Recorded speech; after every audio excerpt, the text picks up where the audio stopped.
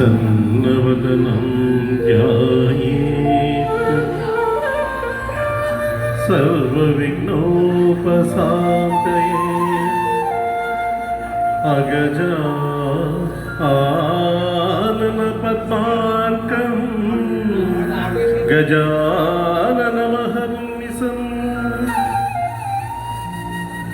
अनेकदन्तं भक्तानां एकदन्तम् उपास्महे एकदन्तम् उपास्महे।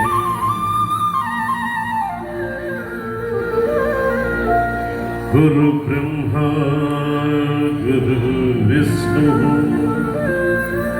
गुरुदेवो महेश्वरः गुरु साक्षात् परब्रह्म तस्मै श्री गुरवे नमः तस्मै साई गुरवे नमः। श्री सच्चिदानंद सद्गुरु साईनाथ महाराज की जय।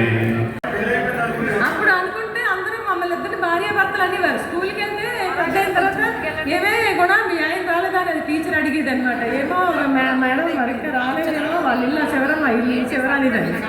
అవి ఇప్పుడు వెళ్తే రమణ మీ ఆవిడ రాలేదా అని అడిగేవారట. అది ఎక్కడో ఆడుకొని ఉండుంటుందిలే సార్ వస్తుందిలేండి అని అనేవారట ఈయన. అలా మా బాల్యం ఒకే స్కూల్లో జరిగిందండి. మా మరిది గారు, మా ఆయన, నేను, మా అక్క, మా చెల్లి మా మరిదినండి. వాళ్ళు నీకు చెల్లి ఒకసారి మా చెల్లి, వీళ్ళందరూ అందరం కొడకే స్కూల్లో చదివాము. ఆ తర్వాత నాకు 11 సంవత్సరాలు వచ్చిన తర్వాత మా మామగారు మళ్ళీ రెండోసారి కాలు ఇరిగిపోయిందండి. మళ్ళీ సంబంధించి పడి అప్పుడు ఇంకా నాకు చాలా దీనిగా ఉంది. ఇంకా చిన్నప్పుడు అనుకునేదే కదా వీళ్ళిద్దరూ పెళ్లి చేసేద్దాం అనేసి అప్పుడు మా నాన్నగారు చనిపోయారండి. నాకు 8వ ఏటని నా నాన్నగారు చనిపోతే అప్పుడు మా అమ్మకి కబురు పెట్టి మాకు పిలిచి, నాకు మా తమ్ముడికి పిలిచి మీ మమ్మీని తీసుకురా వెళ్ళి అర్జెంటుగా మీ ఎక్కడికి పెళ్లి చేయాలంటే మా తమ్ముడు వెళ్ళి మా అమ్మని తీసుకొచ్చారు. అక్కడ ఓరోసి దగ్గర మా తాతగారు ఇల్లు అండి, ఇక్కడ ఉండేది మా అమ్మగారు. మా నాన్నగారు చనిపోయాక అమ్మమ్మ వాళ్ళ ఇంట్లో ఉండేవాళ్ళం అనమాట అందరూ.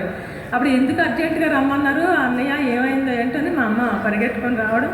ఇలాగ ఇద్దరికి పెళ్లి చేసేద్దామమ్మా ఈ సంవత్సరం ఏమంటావంటే మీ ఇష్టం అన్నయ్య. అప్పుడు నాకు 11వ సంవత్సరం, నేను 6థ్లోకి వచ్చాను అనమాట. ఇద్దరు 9థ్లో ఉన్నారు, నేను 6థ్లో ఉన్నాను. ఇద్దరు పెళ్లి చేసేద్దామంటే మీ ఇష్టం అన్నయ్య అంటే అప్పటికప్పుడు 10 రోజుల్లో ముహూర్తం పెట్టి 5 రోజులు పెళ్లి చేశారండి మాకు.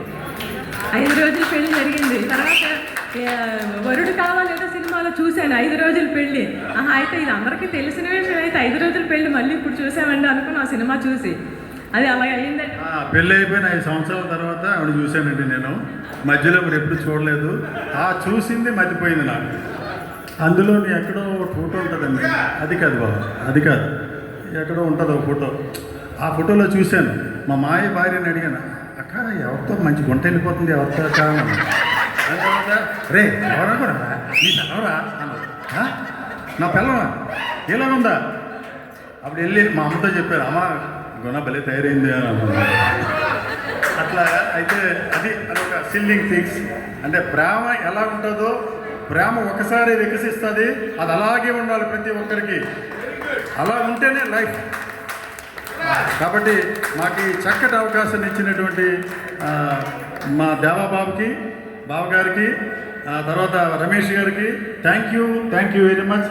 ముఖ్యంగా ఒకటండి, మా నాన్నగారు ఎంత ప్రేమ అంటే నాకు నా మీద, ఆయనకి 750 రూపాయలండి జీతం 80స్లో 81లో.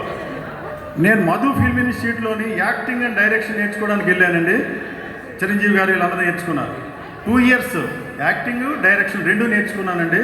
1350 రూపాయలు పంపించేవారు నాన్నగారు. ట్రైనింగ్ చేసుకుని వచ్చానండి. అక్కడి నుంచి 82లోని మరి చూడడం జరిగింది. 77లో పెళ్ళి అయితే 82లో మమ్మల్ని ఇద్దరిని ఒకటి చేశారండి. చేసిన తర్వాత మా అమ్మ నా మీద ప్రమాణం తీసుకుంది. దాసనారాయణ గారు నాకు గురుతుల్యులు, గురువు అనమాట. ఒరే రమణ, ఒరే వైజాగ్ రమణ అని పిలిచేవారు దాసనారాయణరావు గారు. చిన్న ఒక సిచ్యువేషన్ నాతో డిస్కస్ చేస్తే ఆయన చెప్పాను ఒక సీను. నేనంటే చాలా ఇష్టం దాసనారాయణరావు గారికి. నా బ్యాడ్ లక్ కలుసుకోలేకపోయాను. మా అమ్మకు ప్రమాణం చేశానండి, వీడు మద్రాసు కానీ వెళ్తే దీన్ని వదిలేస్తాడు, దీంతో అసలు ఉండడు కాబట్టి నాతో ప్రమాణం చేయించుకుందండి. ఎప్పుడు కూడా నటించడానికి వెళ్ళను, సినిమాలకు వెళ్ళను. అలా నా లైఫ్ ఇలా నాటకాలలోని 43 బెస్ట్ యాక్టర్లు కొట్టానండి. 1200 ప్రదర్శనలు ఇచ్చాను నేను ఇంతవరకు కూడా, నాటకాలు ఇవన్నీ. Thank you very much. ఏమండి పాటలు అనేవి ఎప్పుడు వింటాం, కానీ ఇలాంటి స్మృతులు మర్చిపోలేం. Never before never after. ప్రతి మనిషికి కొన్ని గుర్తులు ఉంటాయి, ఆ గుర్తులు మనసులో ఉంటాయి. ఈరోజు వాళ్ళిద్దరూ మనతో షేర్ చేసుకున్నారు. థ్యాంక్ యూ వన్స్ ఆఫ్ ఒక్కసారి వారందరికీ క్లాప్, వారిద్దరికీ కూడా ధన్యవాదాలు. Next song start. తమ్ముడు డాడీ ప్లీజ్. నెక్స్ట్ మా ఏమని చేస్తారో బావగారు ఒక 4 సంవత్సరాల పోతే ఆయనకు కూడా ఇలాగే డైస్ ఎక్కించేస్తాం.